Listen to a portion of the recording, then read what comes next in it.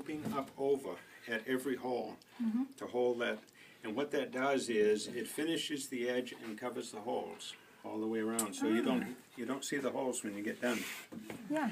With this cane, what you're going to see, instead of this, it's going to be smooth, and there's going to be a piece of spline that's going to go in a groove all the way around the chair, and that spline is going to be glued in place, and that's what holds the seat in place.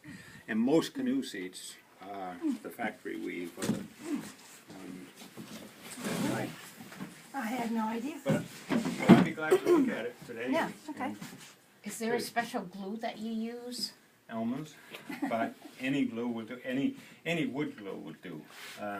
Use something that is reasonably sturdy, that's reasonably waterproof. But any of the wood glues are just fine for that kind of stuff. How am I doing, John? Good so far. Haven't noticed any mistakes. Yeah, well, that spline probably works like the same thing they use in the screens you put in the aluminum windows. Very similar. Yeah. Pretty much the similar. Same theory, Idea. but different Yeah. different material, et cetera, yeah. And the screen goes, I think, goes down under that. It goes spine. into a groove that's already Goes into a groove. pre-cut, yeah. Yep. Same process. Yeah. And, but on the screen, there's no glue, it's just, you have an expandable spline material, Yep. so, yeah. But, Well, what I'm going to do today is to tell you about the materials and the tools and the process of caning and how I came to it and how I learned how to do it.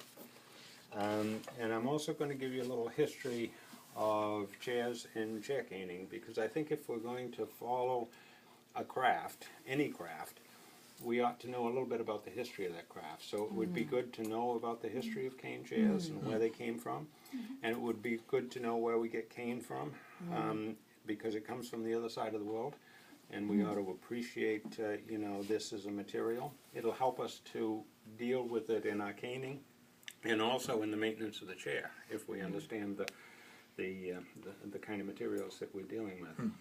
And so we'll spend a little time on the material part of the class, but then I want to allow at least an hour for you guys to get hands-on experience. I've brought a couple of chairs that we can experiment on, and we'll talk about the condition of them. Don't worry about that duct tape on that one.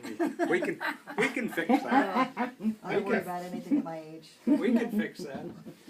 But I want to give you an hour of, you know, spending as much time as you would like to at the end of it, either talking to me about what you're doing, but getting your hands wet and working with some of the canes, so by the time that you leave, you'll feel comfortable taking on your own chair.